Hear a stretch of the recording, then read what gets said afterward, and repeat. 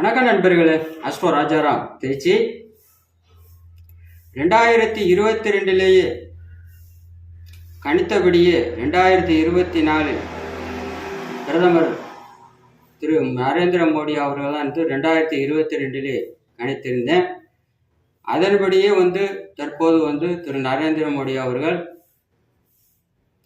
மூன்றாவது முறையாக இந்தியாவிற்கு தொடர்ந்து மூன்றாவது பிரதமராக போகிறார்.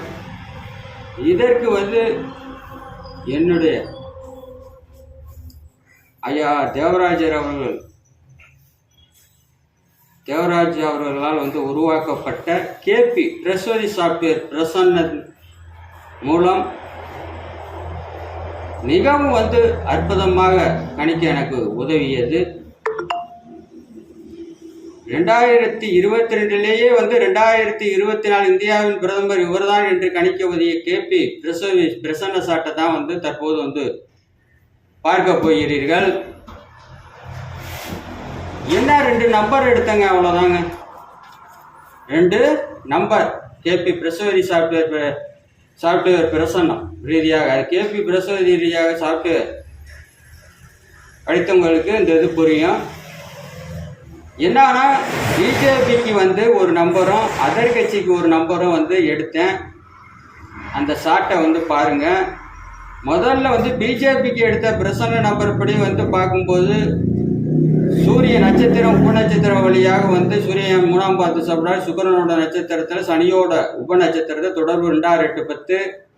லக்னபாவ நட்சத்திரம் உபநட்சத்திரம் வழியாக 8ஐ தொடர்பு கொள்கிறார். 11ஆம் பாவத்தை ராகு இயக்குகிறார். சுக்கிரனுடைய நட்சத்திரத்தில் சனியோட உபநட்சத்திரத்தை தொடர்பு 2, 6, 8, 10. திசை புத்தி அந்தரம் அனைத்து 2, 6, 8, 10, 2, 6, 8, 10, 2, 6, 8, 10. அடுத்து பாருங்க, அதர் கட்சிக்கு எடுத்த பிரசன்ன நம்பர்.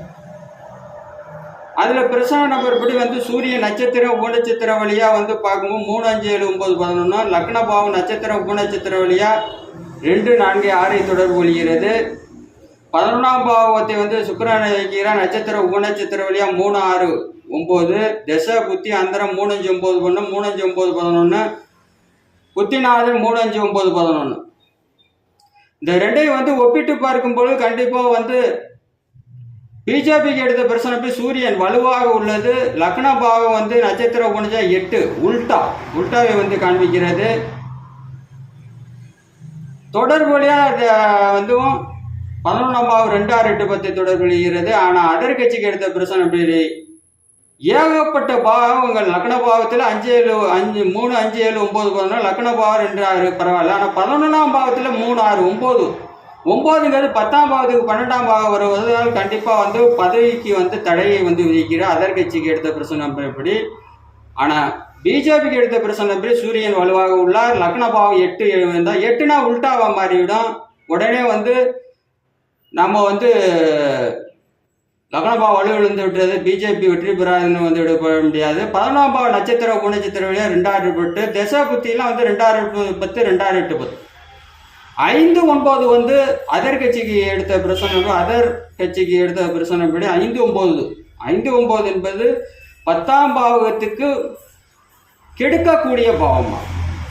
எனவே 2022 கணித்து விட்டேன். வருதா 2022 கேபி பிரசன்ன சகுனம் நிமித்தம் பாரம்பரிய ரீதியாக வீடியோவில் போடுறதே ஒரு 130 வியூவர்ஸ் தான் பார்த்துருந்தாங்க.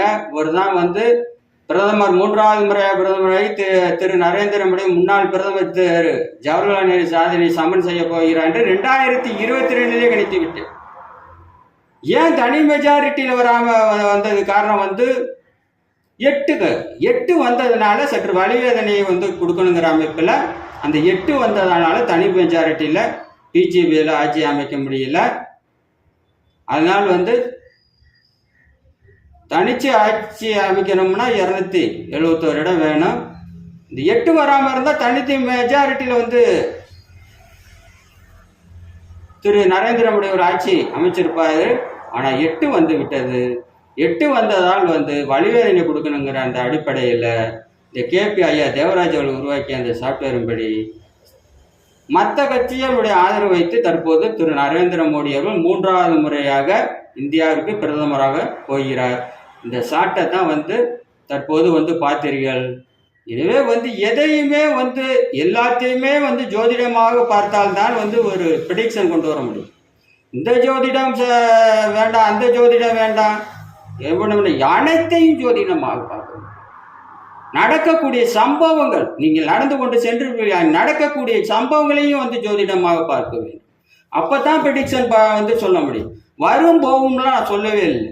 2024 பிரதமர், 2026 சட்டசபை தேர்தலின் முதல்வர் யூடியூப்ல போய் Tamil typing channel astro Rajaram subscribe பண்ணீங்கன்னா என்னுடைய வீடியோ ஸ்க்ரோல் பண்ணி போனா 1400 வியூவர்ஸ் தான் பார்த்துருக்காங்க.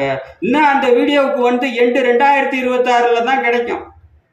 ஒரே ஒரு தலைவர் தான் ரிசல்ட் 2022 2026 சட்டசபை தேர்தல் முதல்வர் யாருன்னா அதுல ஒரே பதிவில் கிடைச்சிருக்கு. அந்த ரிசல்ட் வரும்போது தான் இந்த வீடியோ பதிவுக்கு எண்டு கிடைக்கும் என்று கூறி மீண்டும் அடுத்த பதிவில் சந்திப்போம்.